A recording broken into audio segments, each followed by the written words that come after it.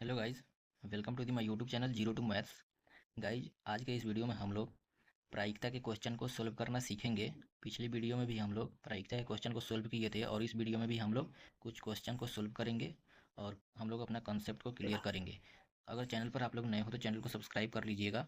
तो चलिए हम लोग इस क्वेश्चन को सोल्व करते हैं। तो स्क्रीन पर दिख रहा है, एक सिक्का के उछालने पर जीत आने की प्रायिकता क्या है। तो जीत आने की प्रायिकता क्या है, तो हम लोग देखते हैं कि एक सिक्का में दो हम लोगों को घटना मिल सकता है, जैसे कि एक चीत आ सकता है और एक पट आ सकता है। यानी हम लोगों को टोटल इसमें परिणाम क्या है, टोटल परिणाम दो है।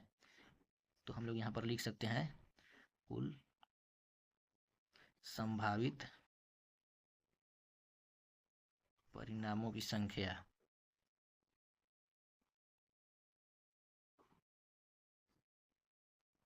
कुल संभावित परिणामों की संख्या कितना है, दो है।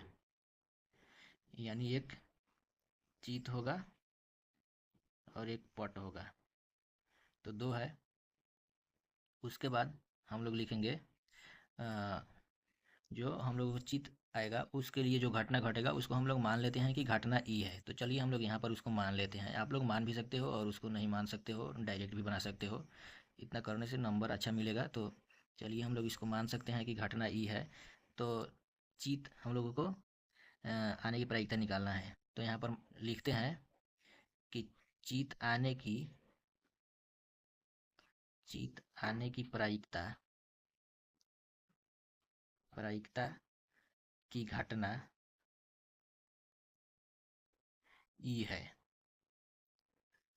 इतना लिख लिए। तो यहाँ पर हम लोगों ने घटना मान ली है कि जो चीत आएगा उसके जो घटना है वो ई घटना से आने वाला है। उसके बाद हम लोग यहाँ पर स्टेप 2 में क्या करेंगे कि इसका कुल संभावित परिणाम लिख लेंगे। कुल संभावित परिणाम लिख लिए हैं। अनुकूल परिणामों की संख्या लिख लेंगे। यानी चीत जो आने वाला है उसके परिणाम कितना होगा वो लिख सकते हैं। तो घटना ई के अनुकूल घटना ई के अनुकूल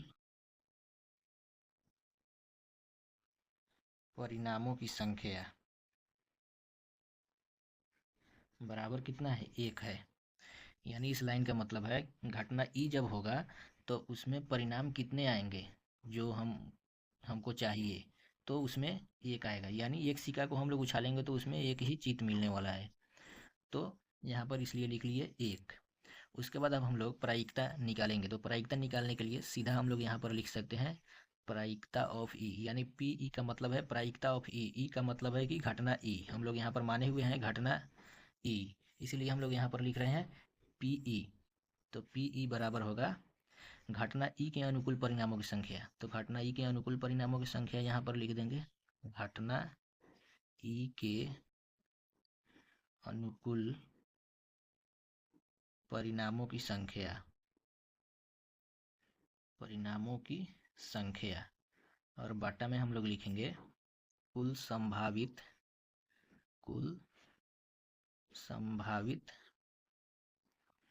परिणामों की संख्या। कुल संभावित परिणामों की संख्या। अब हम लोग यहाँ पर इसका डाटा जो है उसको पुट कर देंगे। हम लोग यहाँ पर फाइंड कर लिए हैं घटना ई के अनुकूल परिणामों की संख्या कितना है, तो 1 है। तो इसको हम लोग लिख लिए हैं। अब हम लोग इसको यहाँ पर ले आकर रख देते हैं। तो यहाँ पर एक और बाटा में कुल संभावित परिणामों की संख्या। कुल संभावित परिणामों की संख्या हम लोग निकाले हुए हैं यहाँ पर 2। तो अब हम लोग यहाँ पर लिख दिए 2। यानी प्रायिकता ऑफ ई हम लोगों को मिल चुका है 1/2।